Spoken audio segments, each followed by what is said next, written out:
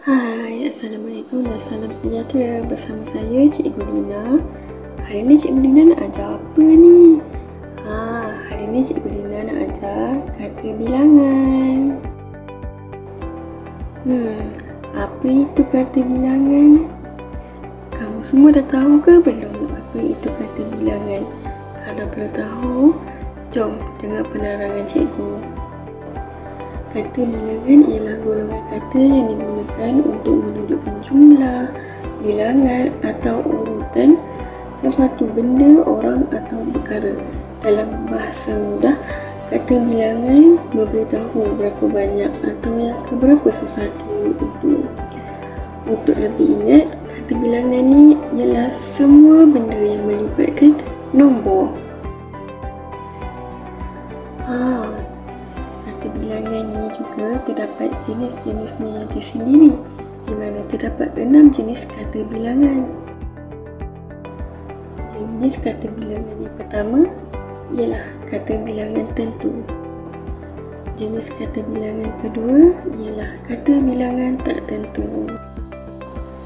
Jenis kata bilangan yang ketiga ialah kata bilangan himpunan.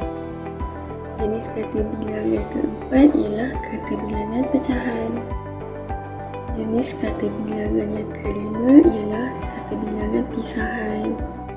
Dan jenis kata bilangan yang terakhir ialah kata bilangan tingkat. Pertama, kata bilangan tentu. Kata bilangan tentu ialah kata yang menunjukkan jumlah yang tetap dan khusus, seperti 1, 2, 10, 100, 1000 dan 1,000,000. Contoh ayat yang pertama ialah Ahmad memetik 7 biji apel di kebun datuknya. Contoh kedua, Ali bersama-sama 3 ekor biri-birinya di padang. Kedua, kata bilangan tak tentu.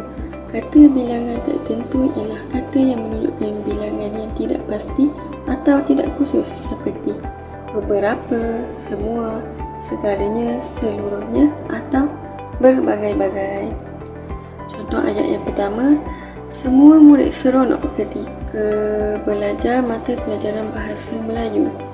Contoh kedua, seluruh perkampungan itu dilanda banjir kilat. Ketiga, kata bilangan himpunan. Kata bilangan himpunan ialah kata yang menunjukkan bilangan tertentu yang membawa maksud himpunan atau jumlah yang banyak secara berulang atau terkumpul. Contohnya ialah berpuluh-puluh, berjuta-juta dan berbakul-bakul. Contoh ayat yang pertama, kebun Mary menghasilkan berbakul-bakul buah-buahan pada setiap tahun. Contoh kedua, kedua-dua orang murid itu berjalan kaki ke sekolah.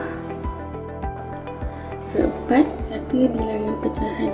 Kata bilangan pecahan ialah kata yang digunakan untuk menyatakan bilangan yang berbentuk pecahan seperti setengah, sepertiga atau 2/3. Contoh yang pertama, Jamilah membeli setengah kilo ikan di pasar. Contoh kedua, Haikal telah makan separuh rotinya ketika hendak ke sekolah. Kelima, kata bilangan pisahan. Kata bilangan pisahan ialah kata yang digunakan untuk menyatakan sesuatu secara berasingan atau satu persatu. Contohnya ialah masing-masing, setiap dan tiap-tiap. Contoh ayat yang pertama, setiap murid dikehendaki menduduki peperiksaan sejarah. Contoh kedua, semua murid diwajibkan membersihkan kelas masing-masing. Dan yang terakhir ialah kata bilangan tingkat. Kata bilangan tingkat ialah kata yang menyatakan sesuatu urutan atau giliran dalam sesuatu jumlah. Contohnya, pertama, kedua, ketiga, ke-10 dan lain-lain. Contoh ayat yang pertama ialah Aisyah mendapat tempat ketiga dalam acara lumba lari. Contoh kedua, ini merupakan kali pertama Danish pergi ke pulau. Itu sahaja penerangan daripada cikgu. Diharapkan dengan penerangan cikgu ini, anda semua dapat memahami dengan mendalam apa itu kata bilangan. Sekian, terima kasih.